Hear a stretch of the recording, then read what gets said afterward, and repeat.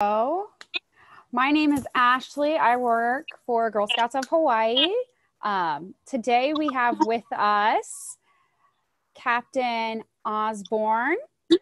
She is a naval aviator and she is the Commodore for Patrol and Reconnaissance Wing 10. She's in charge of 8 squadrons and each squadron has about 7 planes and about 30 pilots. In total, she's in charge of over 2,000 people, and she is a pilot herself. She has flown the P-3 Charlie Orion and the P-8 Alpha Poseidon. She's going to tell us how she decided to become a pilot and more about how she got started flying airplanes. So, Captain Osborne, welcome. Thank you. Appreciate the introduction, and I really appreciate the invitation to talk to Girl Scouts today. So I was a Girl Scout a long time ago. We won't talk about how many decades ago that was, but it was a really fun time, and hopefully for you ladies, you're enjoying being in the Girl Scouts, and it's something fun that you get to do with your friends, and there's some service to it, and it provides a lot of opportunities for you to go out and really see some neat things. I wish today that I was on an airplane with you, talking to you about airplanes. So I've already talked to Ashley about making time to see one of our P-8s that's out in Hawaii. And as soon as this crazy COVID stuff is over, I'll have to look at taking you guys out to an airplane. But I think, first of all, so how did I get started in flying, I think was the first question. So I will be completely honest. I wasn't that kid that wanted to be a pilot my whole life. I know a lot of people grow up wanting to be pilots. And so some of you ladies might have those dreams and aspirations, which I think is great. I wish I had wanted to be a pilot my whole life because it's the most fun thing I've ever done. And so if I had been, wishing for it and working towards it every day, that might have been really fun. I just didn't know anything about being a pilot and didn't really think about it. And then one day I was looking at opportunities to go to college, and I didn't know how I was going to pay for college. And I had a friend who had a brother who had a Navy ROTC scholarship. And I was like, well, that's interesting. So let me get this right. They'll pay me to go to college, and when I get out, they'll give me a job, and then I can go fly an airplane. And I thought that was the coolest thing I'd ever heard of. And so I did that, and I went to college, and afterwards they said, okay, well, now you owe us 4 years in the Navy. I said, oh, I can do anything for 4 years. And now I've been in for 25 years. So either I'm really bad at math or I can't make a decision. I don't know. Really what it is, I think, is I just loved it so much. And I love flying airplanes. So the type of planes that I fly, there's the P-3 Ashley mentioned that has propellers. And then we have another airplane that we're flying now called the P-8. And the P-8 is just like a commercial airplane. So if you've ever flown on Southwest, that's what a P-8 is. They both do the same mission, but they're just different types of airplanes. And so they're both pretty big in terms of airplanes. They're fun to fly. Our main mission is to look for submarines. And it's really cool because when you start to learn to fly, you learn on different types of planes. So they start you out on a small airplane, and then they move you up to a bigger airplane. And so you eventually get to the airplane that you're going to fly while you're in the Navy. So it's really basic. I wanted to, I needed money for college. I wanted to serve my country. And then when I got into the Navy and started flying, I thought, well, this is the best kept secret I've ever found out. So I'm here to tell you it's not a secret. It's out there and it's available to you. So that's really my story. Pretty basic. But if there is somebody in the crowd here that is thinking about being a pilot or has some specific questions for me, I'm happy to answer those, and we'll see if we can't recruit some of you today. So who's out there? I see at least 2. I think I might have seen a 3rd person. But I have to tell you, I'm new to Zoom. This is the first time I've ever done Zoom. So hopefully so far we're doing all right. I see a little blue vest over there, so with an American flag. That's really cool. But if you guys have questions, why don't you go ahead and throw some questions out there, and we'll talk about it.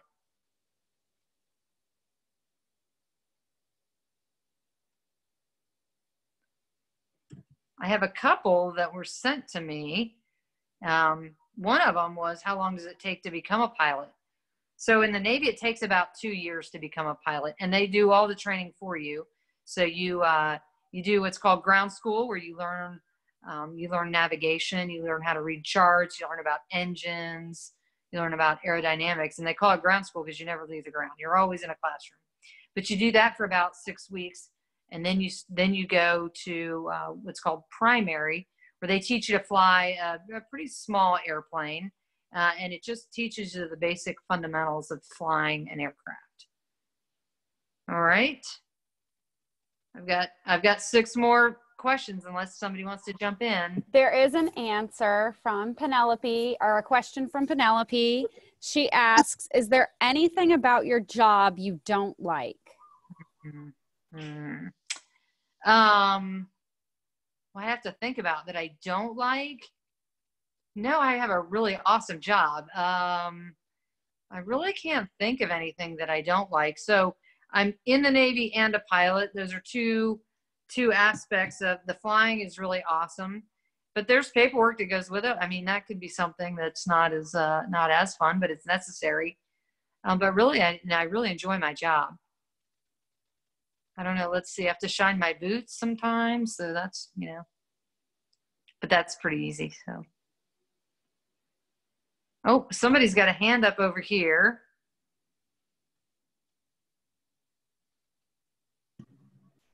There you go. So what airplane do you fly in? So I fly in a P-3 and in a P-8. And you know what? I just realized I don't have a picture of those in front of me. So maybe what I do is Google them while we're talking on my iPad and provide a photo. Or maybe you can do it. You're probably faster than I am on these, on the electronics. All right. What else have you got for me? I think that's it. That's it? Okay. Well, the easy one for me. I'll still see if I can find a picture for you. Wait, I didn't catch your name.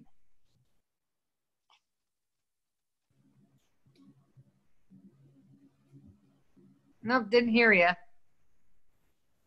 Well, it's okay if you don't catch me. Louise, what's your name? Louise. Oh, Louise. Okay. There we go. Okay. So this is a model of a P-3. So you can see it has propellers. I would spin them, but I break them off every time I do. And my husband gets mad because this is his giant toy. Oh, that's neat. So it's very, you can see it's a pretty big plane. The pilots sit in there. Would you guys like to go on a P-3 if we had one out in Hawaii? Can you bring pictures? Yeah. Yeah. Okay, I see somebody else has a question. All right, Penelope.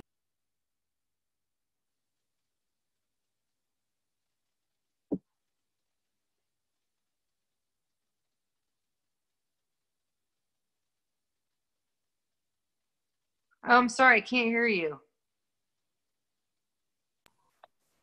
Penelope, I don't think your microphone's working. So could you just try typing it in the chat?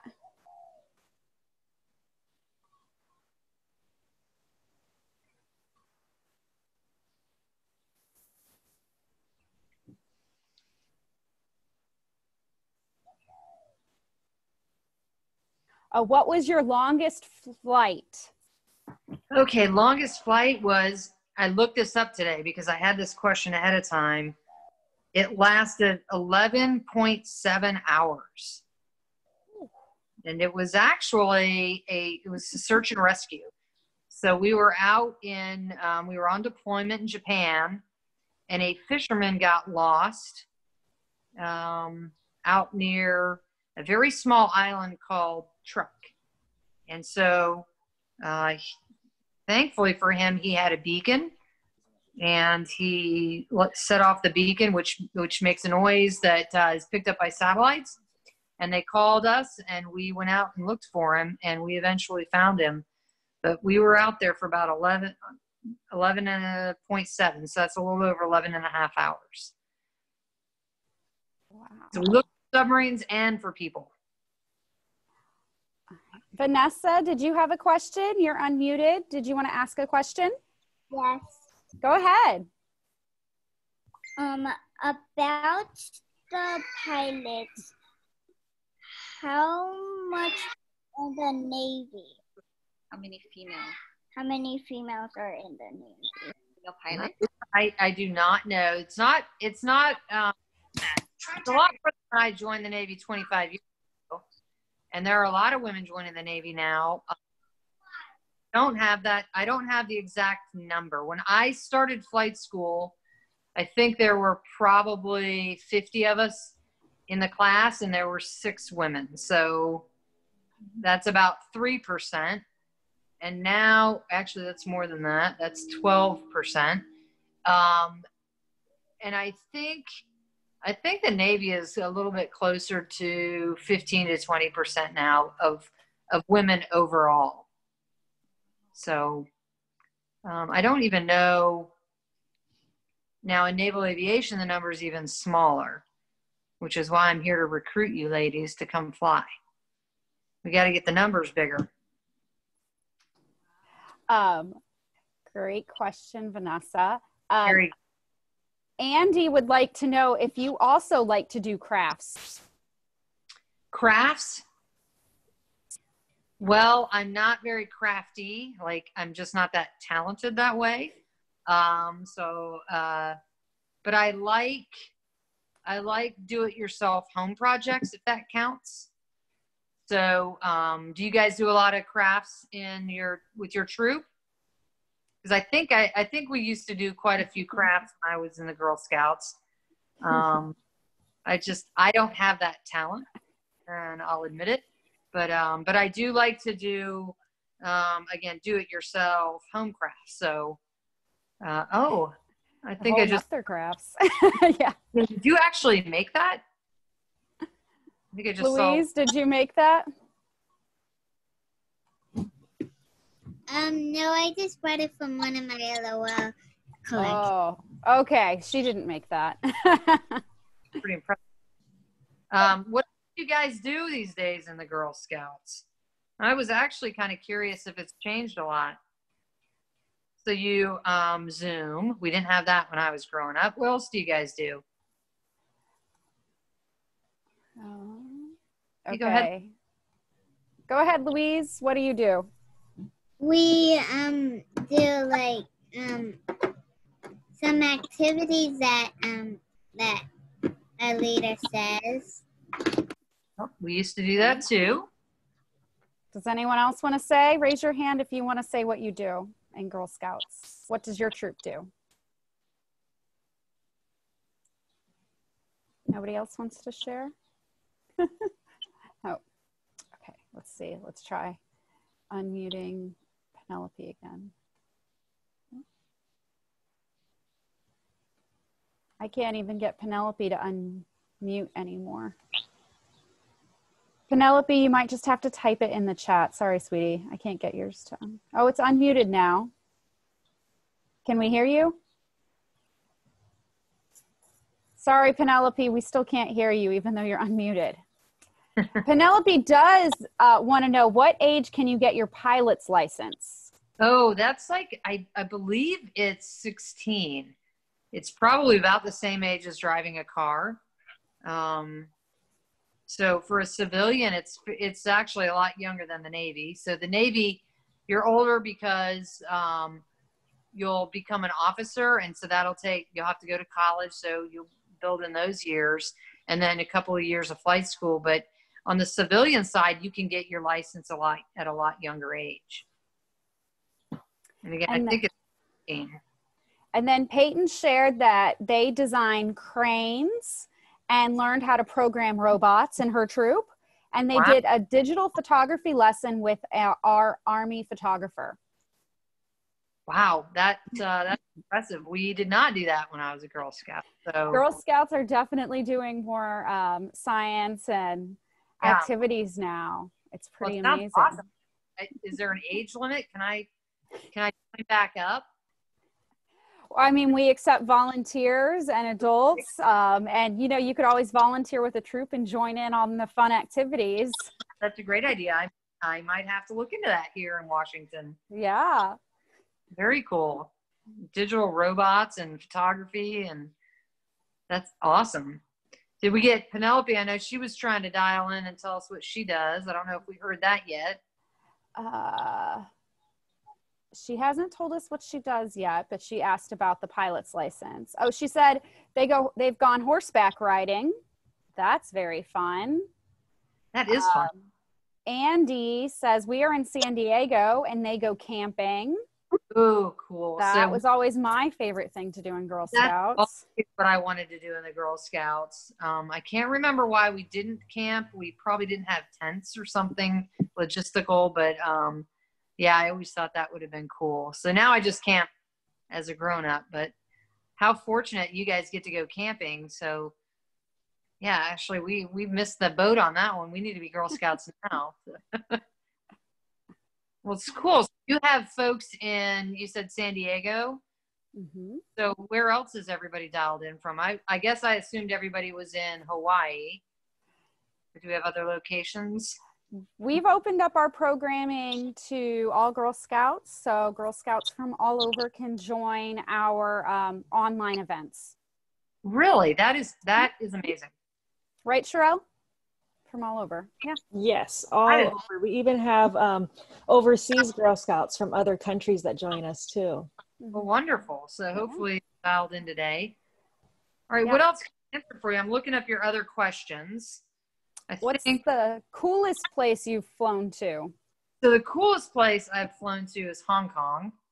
And the reason I say that was cool is, well, Hong Kong's pretty cool. But, and this is a long time ago, well before you ladies were around. It was about 20 years ago or more than that now, I guess. And there's a new airport now. So we call that the old airport. And there was just to get into that airport, you basically, for those in San Diego, you'll recognize this description. You had to basically fly between apartment buildings to get down low enough to get on the approach to the airfield. So I got to do that when I was a brand new pilot in the squadron. They picked me to do it because they thought it would be a neat experience. And here I am 20 something years later remembering that. But that's probably the coolest place I've flown to. And it just was really neat. As a pilot, it was a really neat experience because it was so different. And you find that those are the things that stand out to you. The flying itself is very fun. But when you get to do something that's that unique and that's challenging, and then you accomplish it, as in all things, when you accomplish something, it was just really, really a neat experience to fly into Hong Kong. Good question. That's a really good one. All right. What else you guys have for me? Well, Peyton also says they do take action projects. So in Girl Scouts, all of our girls do a take action project, which is kind of bigger than a service project. It should be sustainable. So I know I've had some girls this year did a big food and clothing drive for our houseless community in Y&I. And they ran that themselves and had over 10 boxes of things they donated. I know each of these girls have probably done a take action project as well, just not even just Peyton. But do any of you have any more questions? How many people would like to go on a tour of a P-3 or a P-8? If you're in Hawaii and I'm out there at the same time with an airplane, do we have enough people that would like to do that? Looks like we do. All right. I think I'll have to coordinate that with you. Yeah, absolutely. And for those in San Diego, we have airplanes there too. So there's probably set that up, and I'll work with Miss Ashley on that as well. Yeah. Oh, Penelope says she dressed as Amelia Earhart for Girl Scouts. Oh, really? Oh, that's fantastic. I and think then I've got a bunch of books here. I think I have an Amelia Earhart book here as well. That's fantastic. And then Vanessa from Troop 1075 asks, where is somewhere you'd like to fly that you haven't been yet? Where have I not flown? I've not flown to Australia, and we actually send P-3s and P-8s to Australia quite a bit. And so that's one of the places that's been on my map with a little pin in it that I would like to go to. It's a neat place. And again, they're our partners. They fly the same planes that we do. And so there's a lot of opportunity to go down there. So I think I would pick Australia. Nice. And Andie asks, what has been the scariest experience or the most challenging? So probably for me, the scariest thing in an airplane for me personally is weather.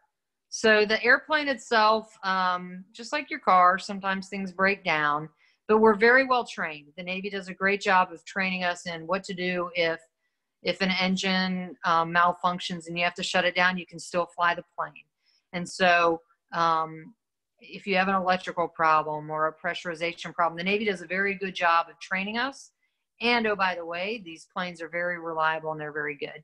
And so I feel really confident in the airplane. And if we had a malfunction, I feel confident and I know what to do. But I'll tell you what the weather waits for no one. And so probably the scariest flights I've ever had to do with weather.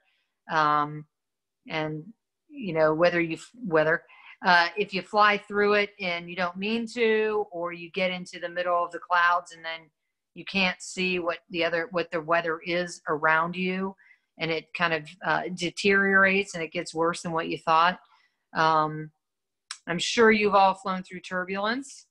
So for me, it's the weather. If it's not a sunny, beautiful Hawaii day, then you're definitely paying a lot more attention. And that's really, I haven't really been scared in the plane, but there have been a couple times where I thought, well, this is not fun. I'd like to get out of this cloud really quickly. So I think you had a two-part question. Does that answer both parts of it? The most challenging thing I've done? Scariest experience or most challenging? You can say most challenging, yeah. So the most challenging actually probably had to do with, I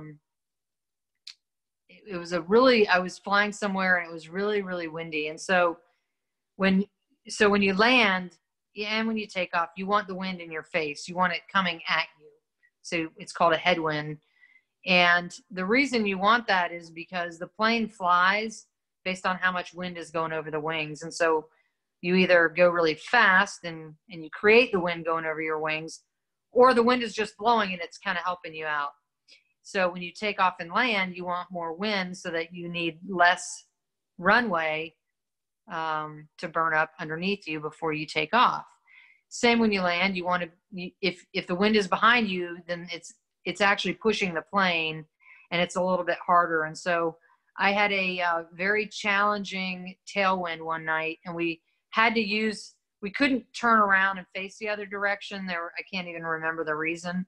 There might've been something going on the other side of the runway. So we would normally have chosen to switch to the other runway, but we couldn't do it. And so that was just really challenging to land the plane in the normal spot so that you still have plenty of runway to slow down.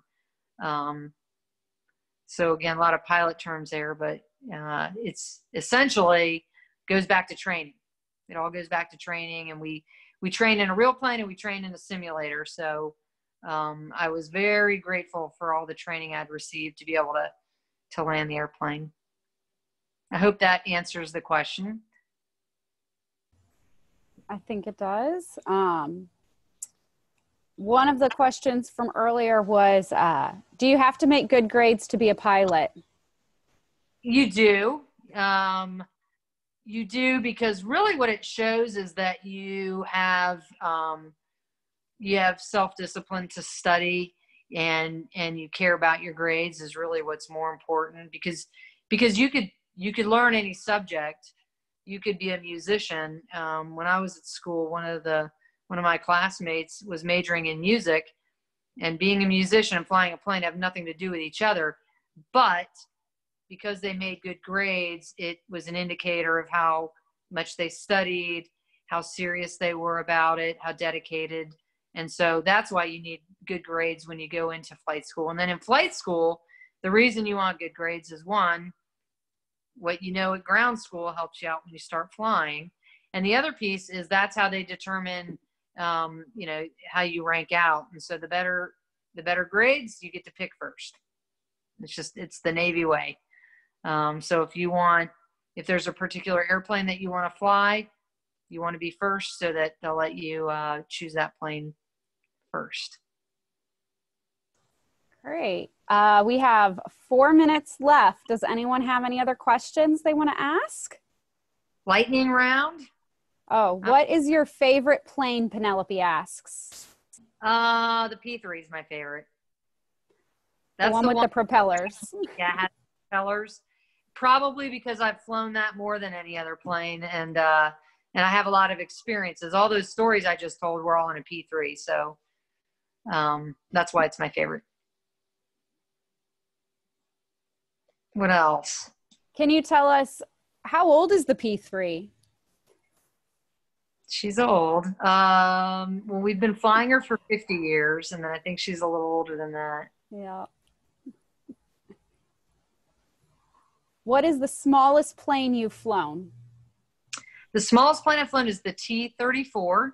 That's the training airplane that everybody, well, I guess nowadays, I think everybody flies the T-6, which is a similar size, but it's a little bit smaller. It only has 2 seats. You sit in the front, and your instructor sits in the back, and it has a little propeller on the front of it. So it's pretty small, and that airplane is just designed to teach you the basics of flying. So it's kind of like your first bike. You know, it's a little bit smaller than probably the big mountain bike that you get, or the road racer that you get later. It's the trainer. All right, so who wants to be a pilot? Raise your hands. Not all at once. Peyton, I saw Peyton's hand. Oh, I see Penelope's. Yeah, I ask in jest because, like I told you, I didn't really know anything about being a pilot. Never thought about doing it until I was all grown up, and then I discovered it, and I thought it was fantastic. So if you want to, if you're thinking about it, do things like this. Go to air shows. There's a lot of air shows out there. You should go to air shows and take tours and check it out. And oh, never mind. I forgot what I was going to say. I was going to say, what did you originally want to be? Okay, so originally when I went to college, I was a pre-med major.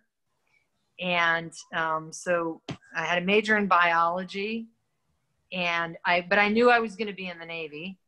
And so I did my 4 years of college, and then I said, I'll go in the Navy, and then I'll do something with my biology degree. And here we are 25 years later, and I'm still in the Navy. So, and that is exactly what my husband wanted to do, and Captain Osborne is my husband's boss, and he's a pilot now, but he went to college too, pre-med. He wanted to be a doctor, and then decided later to become a pilot in the Navy. So it all works out. Yes, it worked out. Although what's funny is all my roommates, we were all pre-med. They all went on to be doctors. So, I mean, they seem to enjoy that too. So, but it all takes a lot of math and science, right? It does. Yeah. All right. Last minute. Does anyone have any more questions? No? Oh, Andie does. Let's see. Okay, Andie, I've unmuted you. Let's see if we can hear you. Oh, what piece of advice do you have for young girls? Is that your question? Okay, you tell it. What's your advice experience for young girls? My advice is follow your dreams. So figure out what you want to do. At some point, it'll come to you. But don't ever let anybody tell you that what you want to do is not possible. I grew up in the 70s and 80s, and my mother basically said, you can do whatever you want. But I'll be honest with you, that wasn't necessarily the story that every other little girl heard from their mother, or didn't know that they could do anything they wanted. And so my message to you is, do whatever you want to do. Set a goal and go for it. There literally is no limit anymore. And so I think you guys don't even know what I'm talking about. You probably don't even know what limits are. So my advice to you is figure out what you want to do and then make a path for it. Figure out, well, if I want to be a pilot, okay, she said she went to college and then she was in the Navy. You could go into the Air Force, the Army. You could be a civilian pilot. So figure out what is your path to get to your goal. And it's your goal. It's not mom and dad's goal. It's not your teachers. It's not your best friends. It's your goal. So figure out what it is that you want to do and what you want to be when you grow up, and go for it. That's my advice. Just go for it. And Andie adds, and practice right, stick with it. Yes, practice. I did that a lot. We had piano lessons, and I did karate lessons and played some sports, and it's all about practice. Yeah. All right. Well, I think that wraps it up. I think we're out of time, right, Sherelle? We've reached our time limit. So thank you all so much for joining us. Thank you, Captain Osborne, for answering those questions. Hey, thanks for having me. This was fun. Thank you, Girl Scouts. For you. You're very lucky ladies to be able to do all these cool things with Girl Scouts. Bye, Penelope. Okay, ready? Thank you. Oh, you're welcome. Thank you so much. Thank you. All righty. Thanks, girls. All right.